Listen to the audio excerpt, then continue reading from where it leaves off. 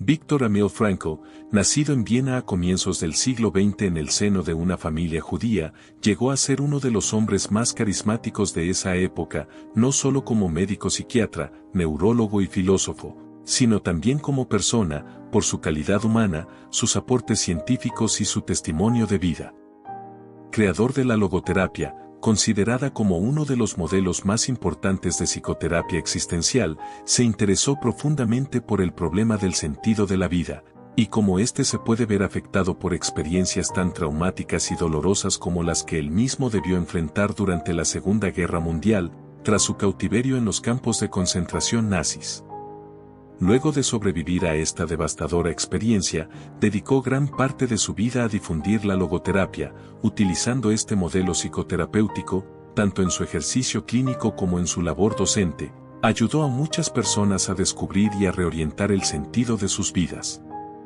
Autor de numerosos libros, como El hombre en busca de sentido y La voluntad de sentido, dejó un valioso legado para la humanidad, una luz de esperanza, y asimismo, una invitación para aquellos que, como médicos o como psicólogos, han decidido acoger su teoría.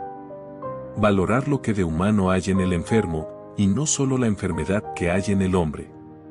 En este video, desarrollaremos los principios de la escuela de pensamiento propuesta por Viktor Frankl.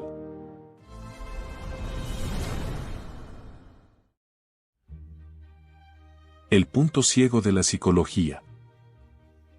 Lo que la psicología no logró apreciar, creía Frankl, es la naturaleza multidimensional del ser humano.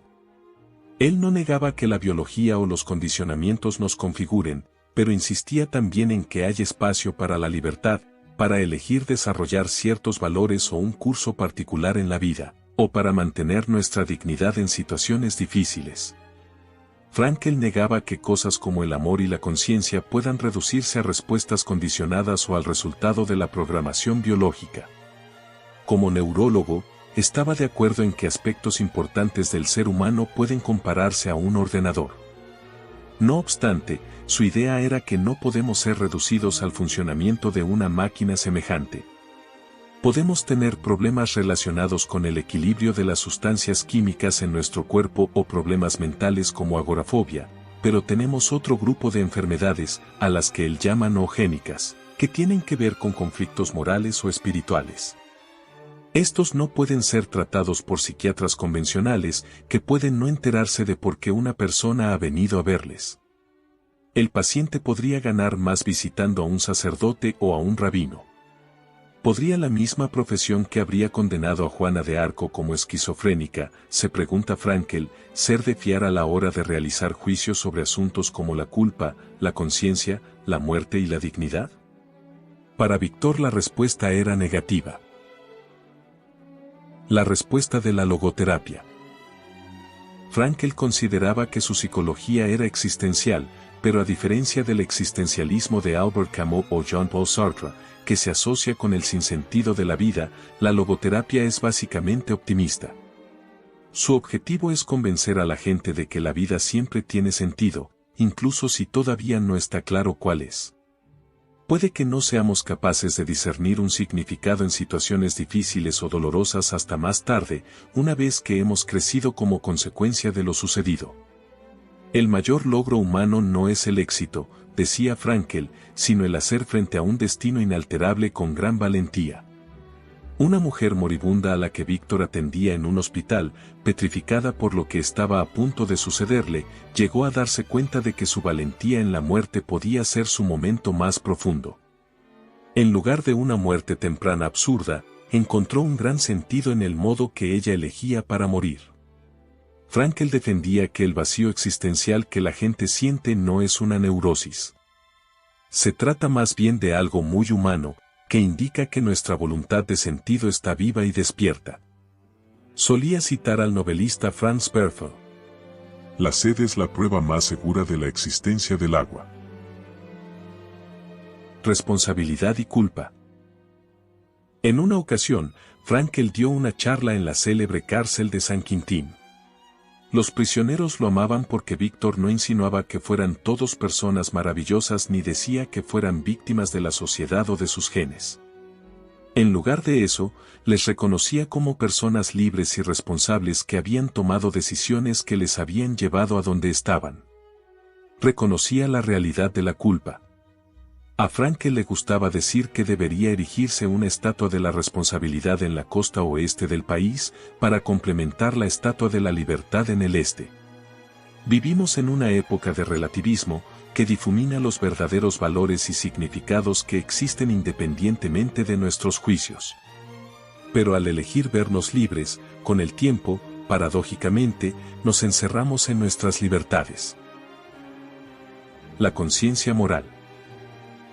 Si has leído El hombre en busca de sentido, habrás quedado sorprendido al descubrir que Frankl tuvo la oportunidad de evitar los campos de concentración. Cuando vivía en Viena, dado que era neurólogo, le ofrecieron un visado para vivir en Estados Unidos, pero era solo para él, sin incluir a sus padres. Sabiendo el destino que les aguardaba, no pudo aceptar marcharse. Cada persona, escribió, viene a la vida con una serie única de significados potenciales que realizar. Nosotros decidimos si captar esos significados y aceptarlos o intentar evitarlos. No existe un sentido de la vida último, solo sentidos individuales de las vidas de personas individuales. Preguntar, ¿cuál es el sentido de la vida?, no tiene sentido, a menos que lo preguntemos de nuestra propia vida y nuestra propia serie de asuntos y retos. Esta unicidad del sentido se denomina conciencia moral. Logoterapia y religión. Al final de su libro, La voluntad de sentido, Frankl se plantea las preguntas obvias. Si la logoterapia se ocupa del sentido, ¿en qué se diferencia de la religión?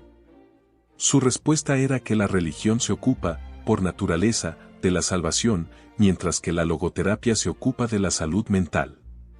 A pesar de esta distinción, una fe espiritual, en el sentido último, subyace a su forma de psicología, lo cual inmediatamente la hacía sospechosa a los ojos de mucha gente.